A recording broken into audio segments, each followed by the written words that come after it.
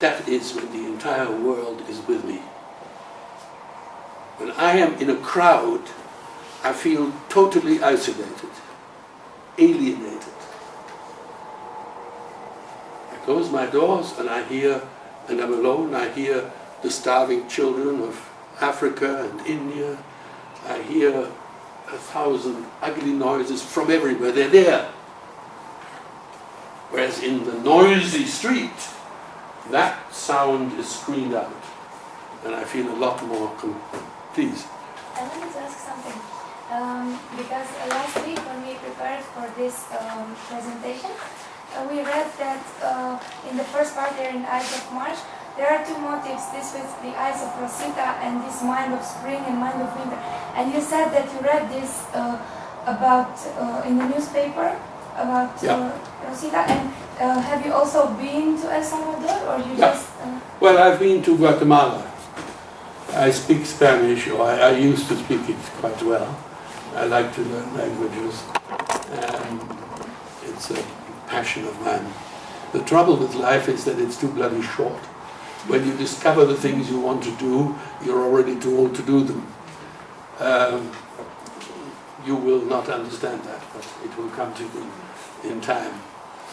Yeah, no, I did go. I went to Guatemala where the same situation took place. I could have written that poem about Guatemala, except the case of Rosita was particularly crass. Yeah. Is that a satisfactory answer to your question?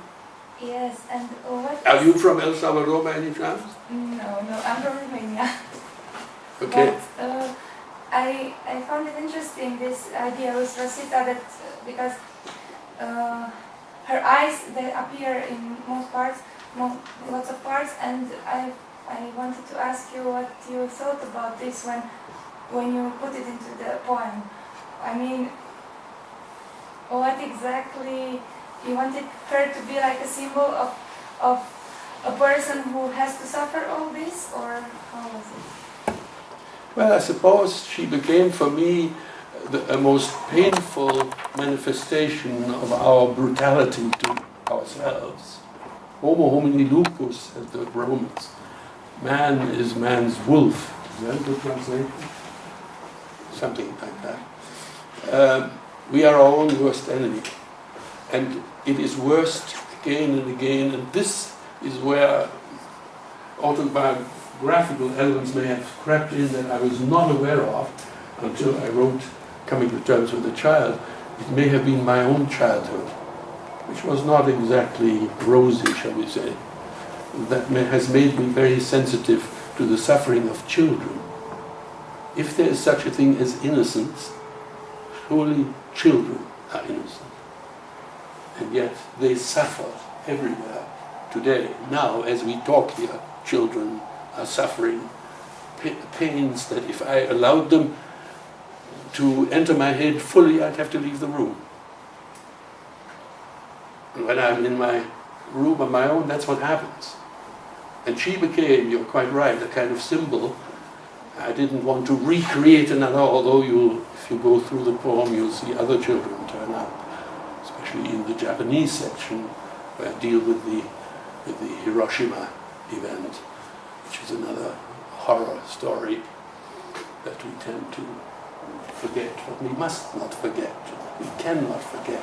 If we are ever going to change, it's because somebody is rubbing it in our faces all the time, how brutal we are. And that we are all responsible. There's no getting away from it. I wasn't there. That doesn't make any difference. You're sitting there now and you're doing nothing just to make sure that your belly is full and you're having a good time. And that's not good enough, I think. If we are to build a new civilization, which I think we'll have to do, I'm hoping that it will be based on something that's called compassion. Two things that I think we aim for: comprehension and compassion. Okay. Do ask, and I do make an effort to answer it, however awkwardly I may do so. So we'll go to April Fools, and you will here, once again, the reference to Chaucer, for those of you who have been,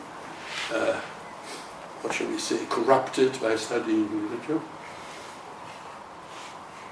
And the sun is young again, running halfway through the constellation of the Ram, leaping from planet to planet, spending its energies in explosive abandon as though 5 billion years were an eternity, speeding dawn faster than a bullet through silences as ancient as asteroids, crossing darkly timeless skies to throw himself into the arms of spruce and pine, aspen and ash, their green hands pulling the light close, lowering it radiantly to the ground, whispering that spring has arrived on the lips of a warm wind, promising us the dance of our lives. The light cannot stand still. It comes in waves, breaking on surfaces into a spectacle of colors, bouncing from rock to leaf to skin and back again into the eye. On the mind's black screen, movement, shapes, colors, move, shapes, move into sounds, move, mind shapes, images into words, into knowing, seeing. The yellow-shafted flicker drills for grubs beneath the bark of a dying elm, punctures the membrane of dreams, and lets the morning break flicker, flicker, flicker into consciousness. Spring is here. Nothing stands still. Winter is but a mask on the face of the river that runs on beyond the end of my song. In the subatomic theatre, a dialectic of particles and energies reforms, regroups, reconnects electrons, protons, neutrons, a systematic random to tease the senses into a feast of familiar images. Other molecules, other rhythms, other appearances. The season choreographs spring for a classical performance. Again, the observations of nature move the poet to see the fundamental cruelty of the world. You know, in Canada, I don't know what you do in Germany, but in Canada you often hear references, quite often in speeches and radio, of Mother Nature. Mother Nature? You would want a whore like that for a mother? She doesn't care a damn about its creatures. She destroys them as quickly, as easily, as brutally, shall I tell you, about creatures who lay their eggs inside other creatures who then slowly eat the creatures. This is Mother. Nature is not. Nature is not merciful. If we want a world of kindness and mercy, we have to create it. We have to want it. We, in fact, have to go beyond nature. That's quite a proposition, isn't it? At least that's what these poems are telling me. No protest? Questions?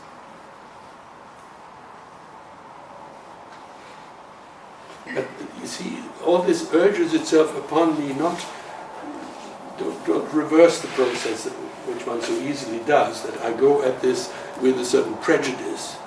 No, I just opened the windows of my mind, all the windows and the doors, and I let it all come in. No pretenses, no hiding from anything, no euphemisms, no, politically incorrect anything. I say and react to what I feel, see, smell, taste, hear. And that's the message that the poems enabled me to decode, because it all comes in codes. You go through the same work that I go through, but you haven't decoded it. And maybe that's what poets do sometimes. Anyway, I could, in each of these cases, go on, but I'm aware of the... I want to give you another insight that you can't get from the poem. Even you wouldn't get it. And if I say even, you will understand in a minute why I say even. I'll read you the third May Song and Dance, which was triggered by the Falkland Island affairs. By this time, I began to realize that there were events that took place that moved me to write, so I went on with them. It wasn't until the fourth section that I realized what I was into. A sweet song is unfolding about Jack in the Green. Pretty maidens are weaving a garland for their queen. For May is here. The birds here appear to celebrate the feast of light, while lovers are dancing each dawn into the night. Now this is all full of spring feeling, right? I hear a childhood soprano drifting down the river of my years, carrying a tune across the improbable chaos of subatomic worlds where photons, leptons, mesons, baryons seek random partners in quintillionth of a second, form and reform chains in the waltzing rock and roll time of quantum space, dancing us into and out of the light by the dark forces of waves that are not waves. Believe it or not, my beloved, you are awake. We are awake. They are awake, who compose models and write scenarios that belong to a dream. You and I dancing close with stars and electrons in the to the strains of a memory that holds us together as tenaciously as the web, the spider's world. Any remembrance threads random events into a life. You and I are more improbable than a miracle, knotting moment to moment, crisscross a net to catch the meaning of a star. Out across the Atlantic, so now we move on, but there's something here which you may find interesting. I do, and I became aware of it very soon. Do you know a song? There's some reference here. I hear a childhood soprano who's singing. There must be some song. Do you know of a song that connects to May? I'm sure you have heard of Der Mai ist gekommen, die Bäume schlagen aus. A sweet song is unfolding about Jack in the Green. Pretty maidens are weaving a garland for their queen. For May is here, the birds appear to celebrate the feast of light, while lovers are dancing each dawn into the night. Repeatedly in this poem, I come back to this song.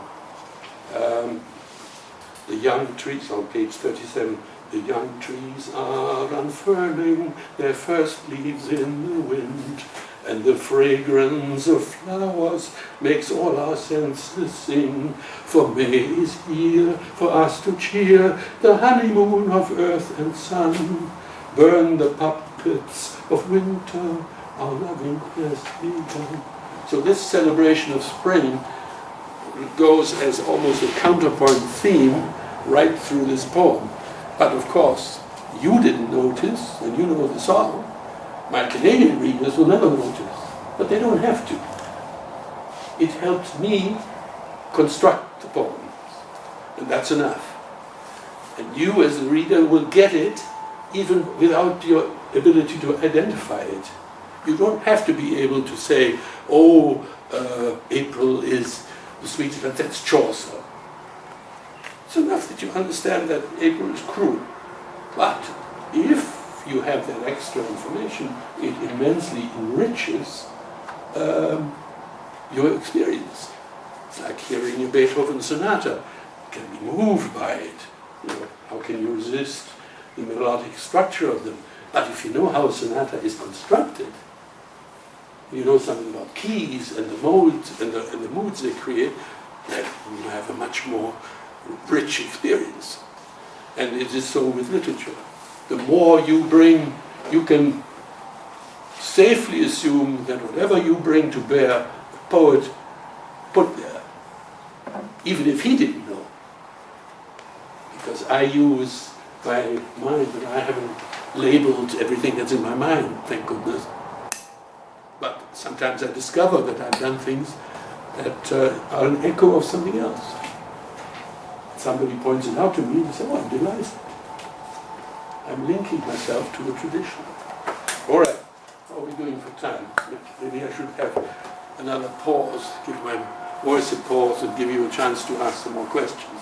I don't know, maybe does any of this make any sense to you about the long poem, and of course at the same time telling you specifically about this poem in response to your question. I'm sorry to sound like a dying frog, but I have normally a more mellifluous voice, but it's a bit scratchy now. You want to ask some questions? I become aware of the camera, now I talk to the camera.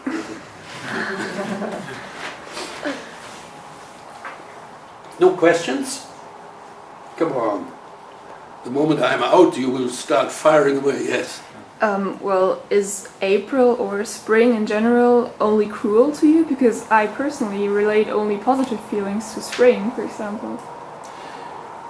Spring is not cruel to me at all. Spring is, that's why I sang you the song just now. Spring is a beautiful moment. But in a world in which the spiritual life of man is dying, in a world in which, use Eliot's term, of hollow men, spring is terrifying, because spring wakes you up. And you don't want to be woken up to realize what a fool and coward you are, do you? Not really. Exactly. And that's why it's cruel. That's exactly in Eliot's sense. But there is the other cruelty. Yes, spring is wonderful, sing and so forth, but I know what's going on across the planet. And it's going on here too. The suffering, the unnecessary suffering, the dying, the starvation, the torture, etc. And we approve this now. When I say we, yes, I'm a North American. You know, we have torture is now a legitimate activity if you want to extract information. Justifies it. Our moral sensibilities are dying if they're not already dead. And it's a disease that is advancing, and it imposes cruelty upon more people. You belong to a society, and I, or we belong to a society that is relatively at ease. But the rest of the world isn't. Now we're talking about a political level.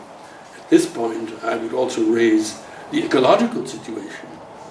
But I see what's happening to spring. I know what's coming down the road. We are heading for trouble, let's put it mildly. And we always, I think we have to learn, among other things, to live out this complexity, this contradiction. That we can be joyful while our heart weeps. I've never forgotten a classmate of mine when I was, well, I'll tell you exactly, this was 1947. What was that then? 18, something like that. A classmate of mine once came to me and said, Henry, well, in those days I was still Heinz, you're always making jokes, you're always laughing, but I've never seen your eyes laugh. I've never forgotten that. That's a long time ago. And he was dead right. I didn't know it. I have this sense, I guess my favorite literary mode is the tragicomic. I think that life is a tragicomedy. It's both comical and tragical, and you cannot separate the two. I cannot separate the two. I cannot separate the pain from the joy. It's always there. It intensifies the way you live. So don't misunderstand me. I have nothing against spring, and I know how to enjoy myself. But my eyes never laugh. As my friend said, my classmate said, who is now at last dead. All right. Yes. Last week we also spoke about the fact that music is to be found in your poems, and now when you read it, it didn't sound like a dying frog. I found it very nice because we could see how it's like music in this poem, and it was wonderful. I found it. Well, thank you for the compliment. Because you are a very perceptive reader.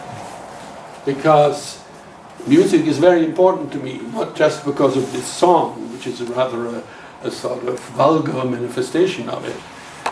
My father was a concert pianist, and he tells me that when I was a baby, I was in a cradle and he would whip the cradle with one foot and work the pedals with the other while he practiced for his concerts. So I absorbed music before I knew what it was. And I could read you a section from, there's a section here about music in this called Oh Music. But I don't know, is that a good idea? No. Well, if you want to, sure. It's what you want. I'm here to serve you, not myself. But yes, it's very perceptive. I said yesterday in the lecture that I won my first poetry prize in 1958 at the University of Toronto, the Norman Epstein Creative Writing Award, and Northrop Frye was on the jury. He's a distinguished Canadian scholar, literary scholar, and he came to me afterwards and said, "Henry, you have an unfailing ear." And I was very much taken aback because by that time I did not realize that I was translating my father's music, or the music that I grew up with. It was in my poetry. It was Northrop Frye's remark that made me aware, and I thought, oh, this guy knows how to read. He discovered me. Yes, there are musical structures, many more than people will discover. They help me. You always have to find a way to structure. Now that we cannot use iambic pentameter, rhyme A, B, B, B, A, we wouldn't be taken seriously because the world isn't like that. Yet we need structures. In fact, that's a problem with a good deal of poetry that is published nowadays and goes passes for poetry. It's not poetry. I sometimes wish that words were bricks. Many poets would be buried under the collapsing buildings they have put up. You have to find ways of structuring, and there are many. Music provides me with, I've written fugues, provides me with ways of building this poem in some way. So that is a very, very profound observation, because music speaks for the poem too. It's not just what the words say. Sometimes the problem today with poetry is it's not properly taught in schools anymore, because people think that if you paraphrase what the poem says, now you know what it is. Never. The poem says what it is. And it does it only in that intimate, it's like a lover. When the two of you are alone, that's when you speak to each other. That's when you reveal each other. Not he either. Even though I'm the poet, when I'm speaking, I'm not speaking as a poet. I'm not a poet now. I'm just like you, using discursive language, trying to talk about the poem. Now, when I read it, perhaps I hope I can conjure up something more than that. But when I talk about it, it's like talking about, clearing out the stables for the cows. What does that tell you about milk? Not too much. Any other questions? Please. Well, you told us that spring or April in general stands for the waking up of the mind. Yeah. And now you've read out to us at the part of May that people have woken up. So does this relate to the idea that the possibility of people waking up really, in the sense of seeing what is happening, or is this just maybe unconscious? No, you are absolutely correct. How conscious that was when I wrote it, I don't know. I'm in such a peculiar state of mind when I write that I don't know. But you're correct. No, it is. That's what it says at the beginning. We cannot escape spring. The seasons do come. We will wake up. And then, if we are not prepared, there's going to be all hell, because we are not prepared at the moment. We are prepared to live with our illusions. Let's not look at this.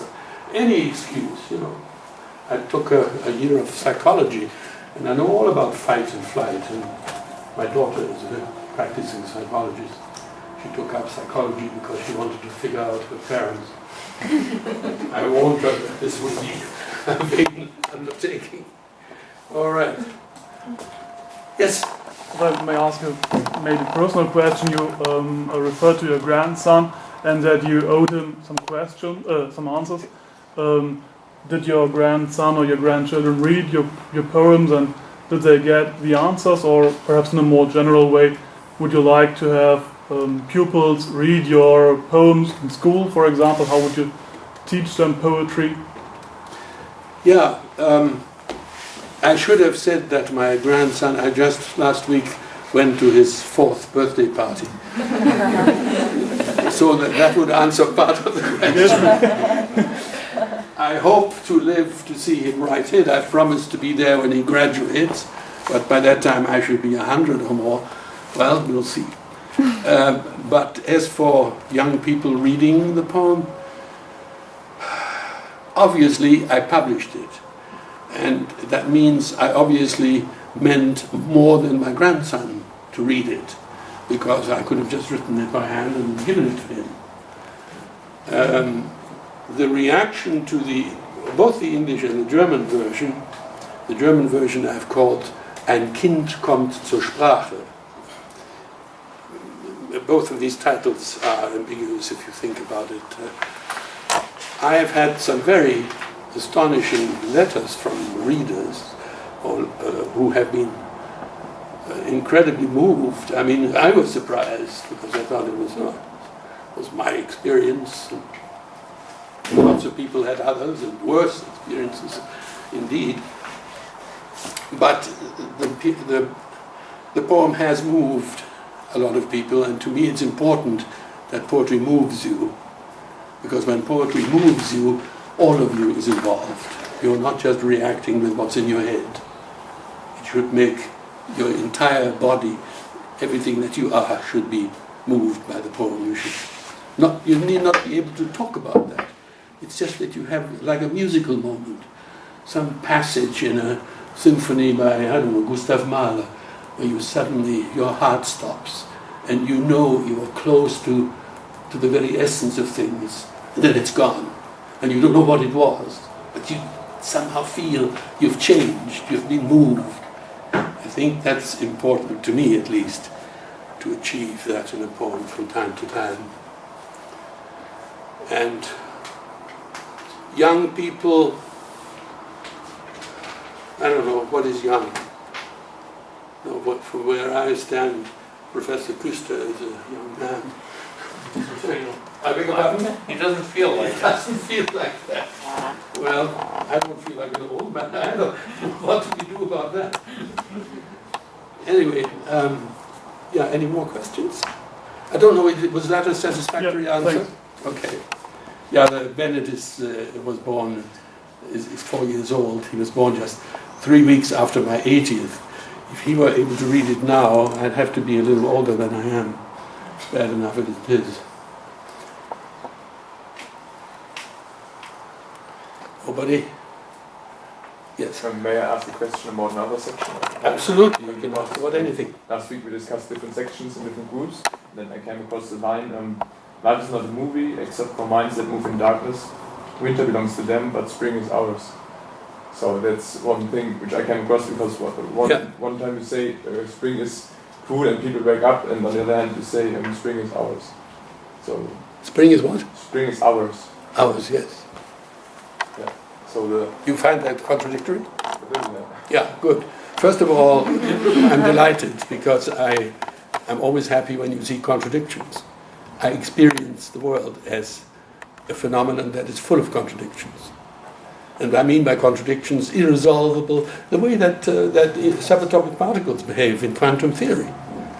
There are two particles that exist in separate places, and they behave in the same way. If I do something to this particle does it at the other end of the world. Doesn't make any sense.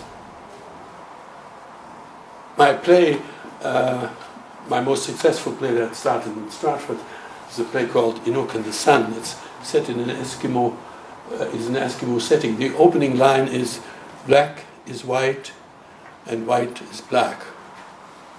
I won't go on. I can go on. This is, of course, Arctic. This is snow, Arctic night. That's what it's about. But it says something about the world to me. We like to think that the world is logical. Oh, that's how we get through it. I'm afraid the world isn't like that. It may help us negotiate life, and it's a useful tool, and I would want to abandon it and open the door to irrationalism.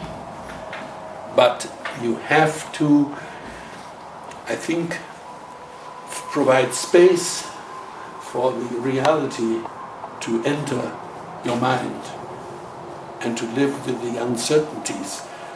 Read Heisenberg, the uncertainty principle. Somebody was laughing when I mentioned Schrödinger's cat, and you know what I'm talking about. I can't go there because then I would completely abandon my poem. So if there are no more questions, sorry I'm making your life difficult. Sorry, okay. But I have to follow my heartbeat, so to speak. Yes? I don't know if this question is strange, I don't know, but the topic of our seminar is like something, the long poem is a contradiction in terms or a new genre, and you have mentioned contradiction. Do you think, or what is your opinion about it? What is my opinion of what? Sorry, I didn't understand. The long poem is a contradiction in terms or a new genre? Well, I have never thought about that. But if it's a contradiction, it should appeal to me. Of course, poem, the German word Dichtung, suggests concentration, doesn't it? Is that the sense in which you think of it as a contradiction? That a poem should be condensed, and yet here you have this spaghetti of words coming out massively. Yeah, could be. Maybe I will learn finally to say it all in one word or in one sound, like the final wisdom of the world. Or is there some other sense in which you understand this contradictoriness of long and poem? No, just what you mentioned. Yeah. Well, let us say that the best that I could do with that, standing on my feet here, is that it reflects the quality of my mind and of my way of seeing the world. I would go perhaps further. I would suggest that the world has now opened up in a cosmological, just as we don't think anymore in nations, we think globally. You know, even in Germany, now I go on the street and all the nations of the world seem to be there. That used to be only Canada or the United States. This globalization has its parallel in our perception of nature and the world. It's a universalization. You know, we look at asteroids flying around, we hear of galaxies approaching at 300,000 kilometers an hour towards, the Andromeda in about, 15 million years or so. The Andromeda galaxy will impact with our Milky Way, and our Milky Way will disappear. And probably the Earth, although there will be no necessary physical contact, but we think in those terms. I think in those terms all the time. I think in terms of 50 million years, for me nothing. You know, when I think of my life, it's not measurable on that scale, and yet that scale is real. It's more real than the one that is real. You get them? It's just my immediate response to it. So it's a very good question, but I should think some more about it. I've often protested against my writing these long tapeworm-like poems, but I can't help myself. Even now, this thing is out, I should say, I've finished and done with. I have several other projects on my desk and started, and yet I take a month off like this to read, and I think I will go back and write the next one.